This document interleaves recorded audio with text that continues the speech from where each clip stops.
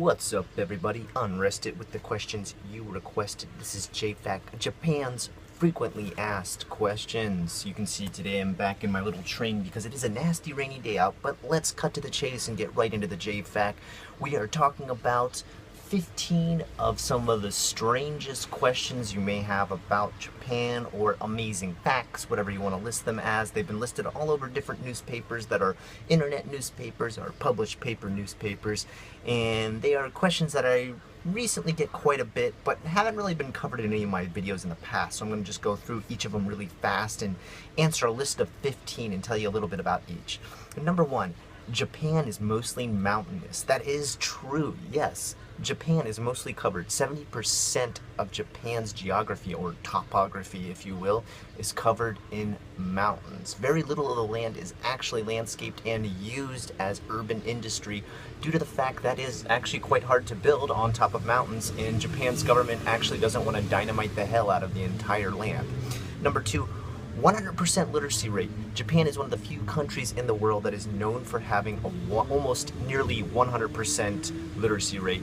There's probably like 99% or something like that. If you think this isn't a very amazing thing, you might want to check out the literacy rate in your own country sometime. I'm from America. If you check out the literacy rate in America, you'll be very surprised how low our literacy rate is.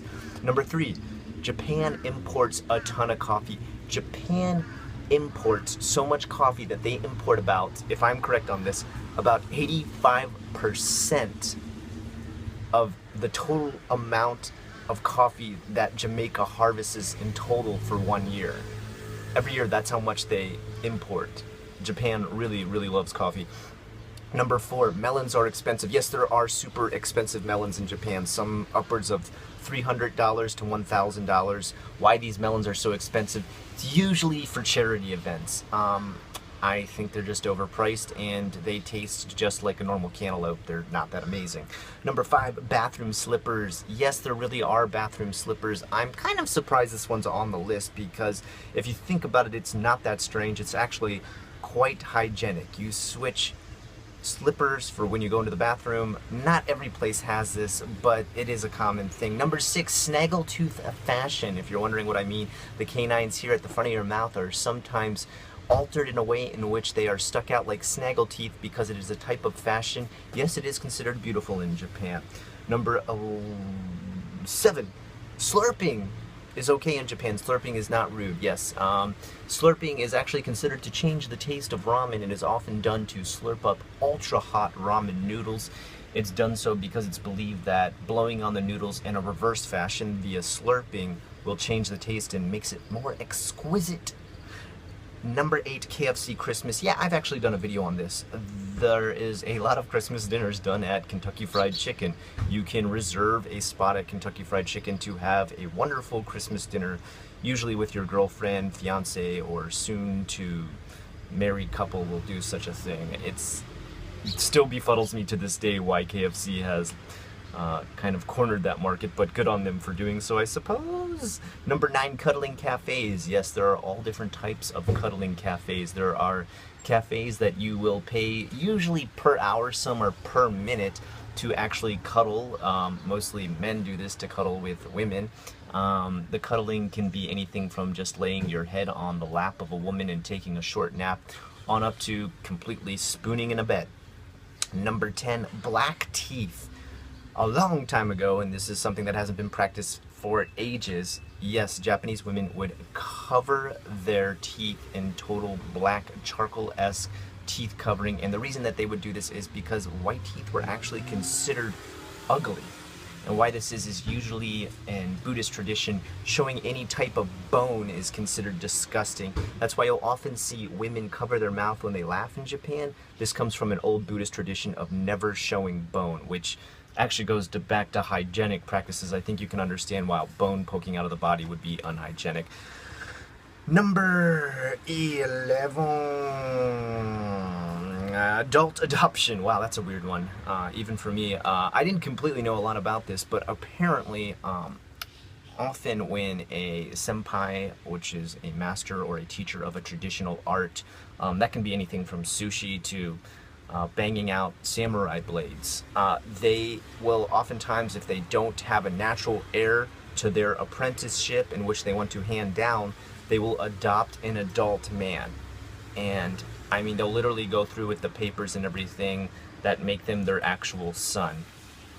They've been known to adopt men as old as 20 to 30 years old to take over an apprenticeship. This is something that still happens to this day. Number 12, fugu apprenticeship. Is there actually an apprenticeship to learn how to cut the poisonous fugu fish, a blowfish, that has sections of meat that actually, if you eat them, you could possibly go into anaphylactic shock and suffocate, die, get paralyzed. Bad things can happen. Yes, there actually is an apprenticeship for that. You need to know how and what parts to cut in order to properly eat a fugu fish. Number 13, raw horse meat. Does Japan actually eat horse meat? Yes, I've eaten horse meat here in Japan. Call it what you will, inhumane, whatever. It doesn't really taste that great. I don't eat a lot of it. It has little to no taste. If you want to know how it's usually prepared, it's raw. It's dipped into wasabi and soy sauce mixed together. You eat it up that way, and it's, yeah, not really that great. I can't really recommend it. 14, Rabbit Island. Yes, there is a rabbit island in Japan, a island completely and utterly covered by free-range rabbits allowed to roam around. There's also a cat island too, which isn't mentioned in this article, but nonetheless I thought I'd just mention it offhand. And 15, last but not least, Japan has one of the world's oldest companies, known as, let me go ahead and read this, Kango Gumi. Well, gumi would mean group or collection. So it's a group, and I checked out what this company was. Apparently it started all the way back in 578 AD. That's 578, not 15, 578. 3 numbers only. And apparently this company is a construction company. I did not know this. This is a fact I had to look up myself. It is known to be one of the oldest companies to have existed ever in the world. It apparently still exists to this day. I checked it out a little bit though. I guess you could say it's been existing for a very long time, but it has been liquidated multiple times and bought out multiple times and carried on by other companies. So I guess you could say if it's a company that's allowed to dissolve over and over again and get rebought out, the only real thing that they've kept through the whole thing is the same name and I guess the practice of what they do. If that is a legit long-lasting company, then yes, they qualify. Anyway guys, that's 15 quick facts that you may not know about Japan or have a question about. That's why I answered them today on JFAQ, Japan's frequently asked questions. I am unrested with the questions you requested. Have a good one.